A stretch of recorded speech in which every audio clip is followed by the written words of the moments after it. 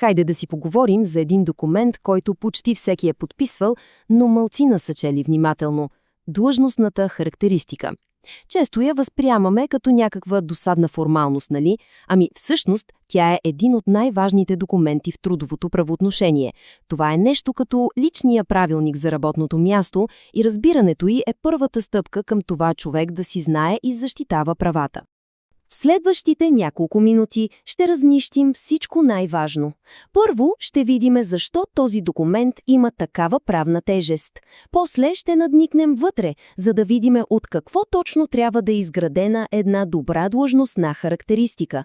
След това ще разгледаме как тя може да се окаже ключов съюзник при спорове.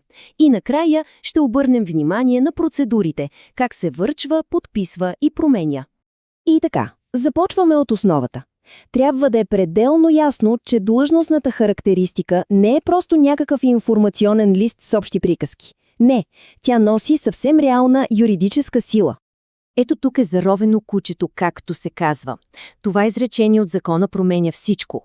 Щом е задължителна част и продължение на договора, това означава, че тя не е просто приложение, а е неразделна част от споразумението между служител и работодател. Има същата тежест. Кодексът на труда е категоричен. Работодателят е длъжен да я предостави. Обърнете внимание на тази дума – длъжен. Това не е препоръка, не е въпрос на добра воля или фирмена политика. Това е законово задължение. А щом има задължение за работодателя, значи и има и право за служителя. Правото да изисква яснота какво точно се очаква от него. Добре, а какво всъщност трябва да пише в тази прословута длъжностна характеристика? Интересното е, че законът не дава някакъв строг задължителен образец.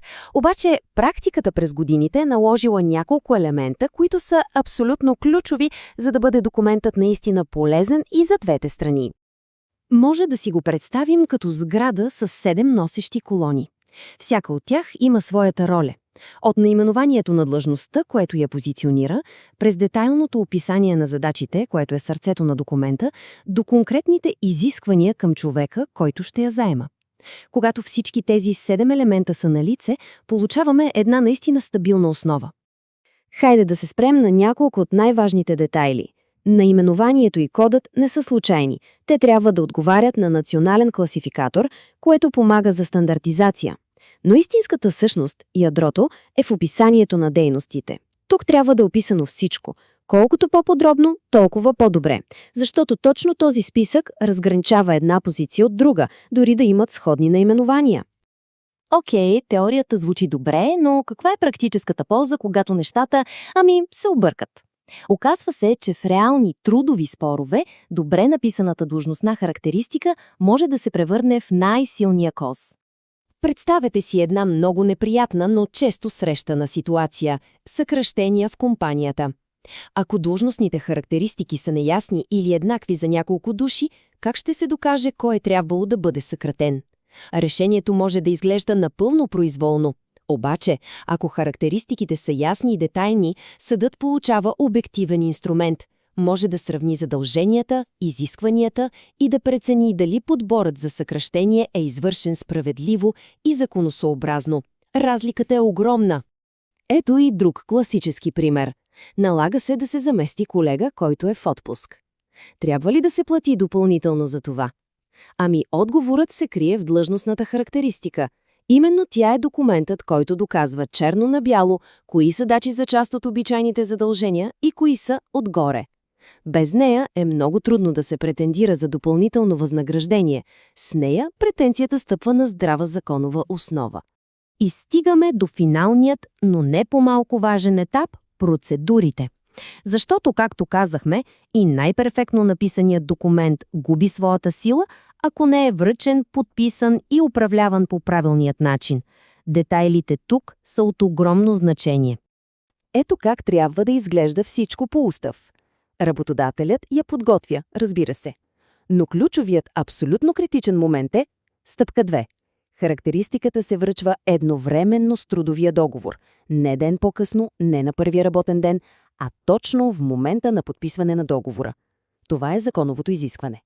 И това не е просто някаква бюрократична прищявка. Връчването на документа след подписването на договора е директно нарушение. Всъщност, това е едно от най-честите неща, за които инспекцията по труда прави предписания при проверки. Така че забавянето може да доведе до съвсем реални глоби и санкции за работодателя. Ами ако работата се промени с времето? Логично е задълженията да еволюират. Основното правило е, че всяка промяна в задълженията изисква писменото съгласие на служителя, т.е. подпис върху новата версия. Но тук има едно много важно изключение, което трябва да се знае. Работодателят има право едностранно да променя изискванията към длъжността, например да въведе изискване за нов софтуер или чужд език. Това е съществена разлика. И така, стигаме до финала. След всичко казано до тук, става ясно, че длъжностната характеристика не е просто формалност. Тя е инструмент. Инструмент за яснота, за справедливост и за защита. Затова може би най-важното нещо е всеки да намери своята, да я прочете, ама наистина да я прочете внимателно и да си отговори на въпроса от екрана. Дали тя го защитава? Отговорът на този въпрос може да се окаже много-много по-важен, отколкото предполагаме.